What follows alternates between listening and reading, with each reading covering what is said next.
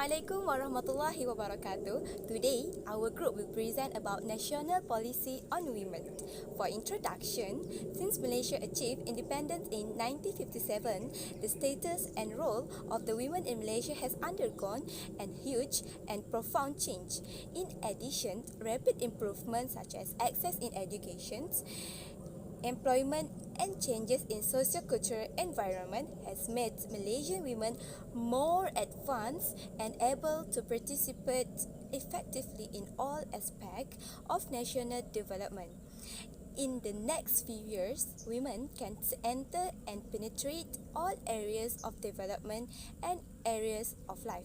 Changes in legal and institutional framework has also been made to protect, preserve and safeguard their rights and enhance the status of women. In the 6th Malaysia Plan, development planning for the advancement of women has been introduced. The 6th Plan and subsequent plans have strategies for women to be directly involved in the development process in Malaysia in line with the objective of the National Vision Policy about women. Fair sharing of resources and access can provide opportunities for women and men to be one of the objectives of NPW. The National Women was established in 1989. It was established which takes into account issues, opportunity, challenges, and the environment of current and in the future. National Women Policy will hold to the principle of non-discrimination. The policy is intended to realize and create aspiration in developing and producing human capital which has self-endurance and competitive to produce a good women in everything. This to educated women nowadays to have knowledge and visions, has innovative and creative strengths, as well as appreciating good values in daily life. Other than that, our Prime Minister has said that women are the pillars and backbone of a successful nation, not just focus on aspect politics, social and economy, but women are important in all aspects. In addition, this policy is also established to protect women and give due rights to underprivileged women. Ipsos released a new report in 27 countries in celebration of International Women's Day, demonstrating the global concerns about various issues of equality. In Malaysia, women face three major issues: sexual harassment, sexual violence, and domestic abuse. Sexual harassment is described as an unwanted sexual behavior, whether verbal, non-verbal, visual, gestational, or physical, directed at individuals who offend, embrace, or threaten their well-being. According to the Employment Act of 1955, women are more likely than men to be sexually harassed, particularly in situations and places where patriarchy is deeply rooted in cultural values and men see no problem with sexually harassing women. Female victims accounted for 79% of the 100 2018 confirmed sexual harassment cases between 2013 and 2017, according to the Royal Malaysian Police (PDRM). Male victims accounted for 21%. Sexual abuse is described as any sexual act or attempt to procure a sexual act by force or coercion, an act to traffic an individual, or an act directed at a person's sexuality, regardless of the victim's relationship with the perpetrator. Sexual violence against women can take many forms. According to the WHO World Report on Violence and Health, including systematic rape during military war, rape in the context of marriage and dating, and being raped by strangers. Domestic violence is described as a single event or a pattern of controlled incidents, abuse, intimidation, humiliation, and violent acts, including sexual harassment, committed by a spouse or ex-spouse, often by a family member or caregiver in the majority of cases. It is extremely common. Men are the ones who do it, while women are the victims most of the times. Manipulation, patterns of coercion, humiliation, isolation, and control involving the use of threat of physical or sexual violence. Mental and or emotional abuse and others are examples of domestic violence. This strategy aims to help women with skill, vision, creative and inventive skills, and a good sense of self-worth achieve the government's goal of building human capital that is competitive with self-efficacy.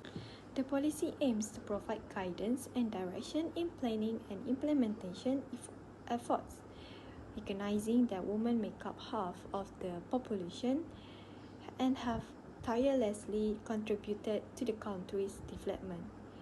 The National Women's Policy aims to foster women's ability to be change agents in society and contributors to the country's economic and social development. Among other things, in all walks of life and all industries. Furthermore, formulating women's-friendly policies and laws create a favorable environment for women's dignity and well-being in all aspects of their life, including physical, economic, social, political, health, psychology, and spiritual well-being. In 1992, the National Action Plan for Women was being developed. It was written to put national policy on women into action. Various initiatives and programs were developed for implementation by government agencies, the commercial sector, and the governmental organization (NGOs). The plans were modified as a result to the Beijing Conference to incorporate the platform for actions, ideas, and activities. The Action Plans for Women's Development identifies 13 major issues that must be addressed. After the Cabinet approved the action plan, all parties named as implementers must participate for the plan to completely implement it. HAWA will keep track on the plan's implementation through the Interministerial Coordinating Committee, which was recently formed. This policy comes with a Women Development Action Plan (WDAP), which lays out the steps that government agencies, non-governmental organizations, the commercial sector, and civil society must follow to achieve the national women policy's goal and mission. To achieve gender equality, the National Women's Policy aims to ensure the development and empowerment of women by mastering women's interest in realizing their full potential in planning and country development. The success of this program is contingent on all parties' commitment and support, particularly at the highest level of government, as well as cooperation from government agencies, the commercial sector, non-governmental organizations, and civil society. The readiness of all stakeholders to accept a paradigm shift is a precondition for the National Women's Policy and the WDAP to implement it successfully. Following Beijing, the Plan of Action for Women's Advancement was drafted in 1966. The plan concentrated on the key essential areas of concerns identified in the Beijing Platform of Action for Women's Advancement. The Ministry of Women and Family Development was founded in 2001 as a coordinating agency for women's and family development in Malaysia. Following that, all existing coordination and implementation structures were strengthened to carry out the Beijing Promise. Gender mainstreaming is an approach used by the ministry to ensure that women and men's concerns and experiences are considered in the formulation, implementation, monitoring, and evaluation of policies and programs in all areas. To address women challenges, the Women Development Office engaged closely with women at the grassroots level. The government and NGOs collaboration has also been bolstered. Measures have been taken to make it easier for NGOs to carry out their work for the benefit of women, including training programs. Policies and strategies to implement this policy are very necessary because with this assistance of national policies can guarantee the rights of these women. What I know is, in Malaysia, the rights and obligations of women and men are not differentiated, but the socio-cultural backgrounds, government, family, and society are still disputed. That's why we need a policy of women so that fate of women and children who experience violence is protected. There are several strategies that a country can implement. The first one is, nowadays, women's opinion is very important and needed because it is important resources in achieving national development. As we know, women are often looked down upon by men from then until today because they thought that women are weak and do not deserve to be leaders. The second strategy is the legislature must constantly update the law from time to time and if necessary. It is because nowadays violence against women still occurs and these cases are increasing. Generally, this case is often the case for those who are already married. It is because the husband has bad attitude, hot-tempered and others. Then, cases of rape of teenage girls and child abuse always happen. This is totally wrong and this is why we need to make sure that there are policy and government need to ensure that this policy implemented well in a country. The third strategy is the government needs to do a proper planning to provide financial assistance to single mothers out there. In this way, the burden borne by them to provide the necessity of life for herself and her child is decreasing. Non-government agency also can help the single mom out there. For an example, Majlis Pertubuhan Ibu Tunggal Malaysia (MPITM) is one of non-government agency that help single moms out there. In this way, we be able to defend the fate of single moms out there. Then I will talk about evaluation on the effectiveness of the policy using SWOT analysis. The first point is ensuring that women's perspective and ideas are represented at all levels of decision making. For the strengths, other people's oppression of women can be overcome. This is because women are frequently mistreated by society because of their flaws, yet society is unaware of their strength. For the weakness, it is in comparison to men's opinion and women's opinions are not good enough or ideal. This is due to the fact that women will think less openly about the topic. For the opportunities, it can showcase a woman's abilities if she has the right to speak out, provide an opinion, lead, and so on. This is so that women may be more capable individuals. Then, for the traits, some opposition groups are still unwilling to accept women's opinions and suggestions. This is because they believe males are better qualified to do things like this.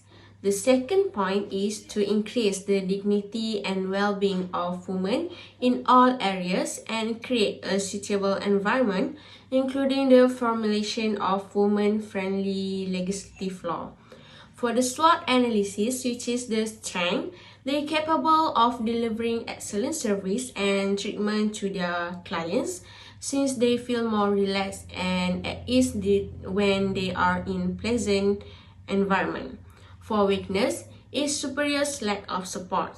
For opportunities, capable of providing possibilities to strengthen the economy and contribute to the country's growth. And for threats, it will result in a shortage of service and job opportunities for males. This is because women will have a higher number of job opportunities. opportunities. Lastly, cultivating gender equality in all aspects of life and in all professions. For the strength, there is no partiality in the workplace between men and women, whereas men's thoughts and jobs are valued and respected by the society, especially in the workplace. For weakness, women's decision making will be more emotional and rash, and opportunities, women and men will have equal possibilities for growth in the workplace. And lastly, for the traits, in a job or organization, there will be more women than males. Then, the recommendation, the need to protect women's dignity and fight for their human rights so that they can express themselves. Then, to need to provide a more conducive environment for women to assist them in carrying out tasks. And lastly, the importance of promoting gender equality in all walks of life and in all fields in order to ensure freedom of movement, expression, association, religion, and so on. In conclusion, the National Women Policy is the socio-economic development policy that has the philosophies, inspirations, and aspirations of women of all levels, regardless of age and society differences in all sectors. Recently, in conjunction with the celebration of International Women's Day 2021, our Prime Minister Tan Sri Muhyiddin Yassin said in his speech that the results of the study showed that 30% participation from women in the labor market. This can also increase the country's GDP, gross domestic product, by 7 to 12% per year. This is shown that women are also able to compete in a healthy way in whatever field and should be given the opportunity to highlight their talents, voice, and opinions. Other than that, this policy has been established to protect women's human rights as well as their dignity. Discrimination based on sex can thus take many forms in the workplace and in public, no matter where are even in a safe place such as in our own home. In June 2016, the federal court made an important decision to pave the way and opportunities for sexual harassment claims to be heard in civil court beyond the current narrow limit set by the Employment Act, and judges also agreed that the Employment Act was inadequate. In addition, with establishment of the National Women's Policy, this shows that women also have rights in life and it is not easy to be manipulated and bullied. Women also need to be protected because they are vulnerable human beings. After that, this policy also shows the equal rights of women in doing work and can be competitive with men. The implementation of this policy has become government's main agenda towards building a society that are developed, dynamic and competitive as well as fair, equal and compassionate. Women are important in all aspects. They are the pillars and backbone of successful nation, not only in politics, social and economy, but women are important in all aspects. Thank you.